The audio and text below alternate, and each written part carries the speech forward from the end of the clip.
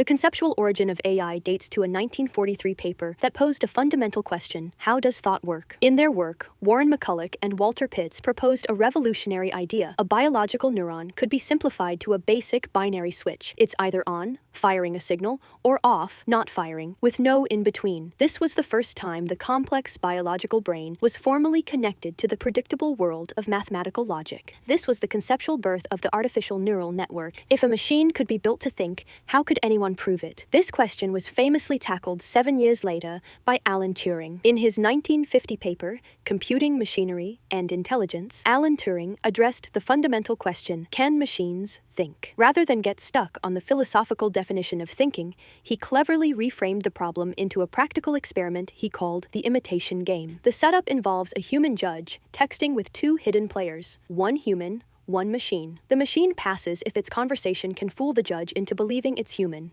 This test gave the new field of AI its first practical goalpost, successfully imitating intelligent behavior rather than proving internal consciousness. Just 1 year later, in 1951, the question shifted from can a machine think to can a machine play a board game?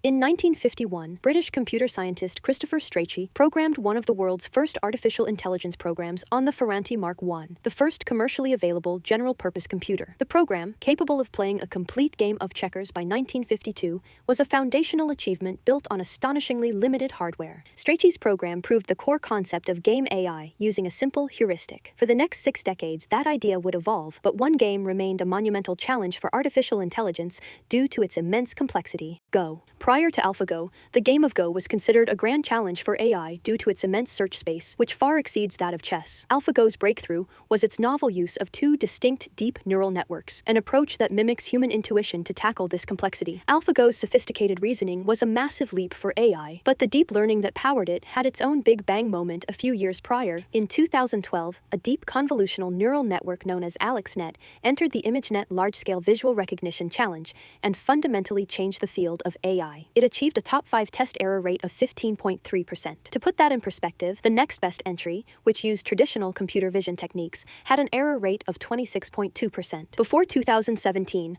language AI was dominated by recurrent neural networks, but this architecture had two fundamental weaknesses that created a bottleneck for progress. First was their sequential nature. They had to process text one word at a time in order, which made them slow and impossible to parallelize on modern hardware. Second, they struggled with long-range dependencies, often losing the context of words that appeared far apart in a long sequence. Then, a 2017 paper from Google titled "Attention is All You Need" proposed a radical solution: to completely discard recurrence and build a new architecture based solely on a mechanism called self-attention. This new architecture, the transformer, solved both problems at once. It allowed for massive parallelization and created a direct, one-step connection between every word in a sequence, making it the foundational technology behind the entire generative AI revolution.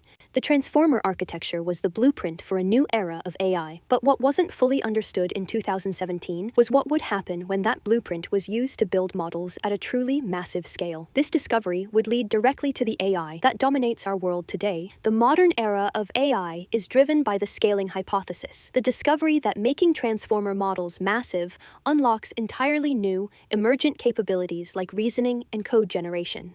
This principle led to the creation of today's large language models and had its cultural flashpoint in November 2022 with the release of ChatGPT. For the first time, its accessibility put powerful, general-purpose AI into the hands of hundreds of millions of people, transforming the abstract concept of AI into a tangible mainstream tool and kicking off the current generative AI explosion.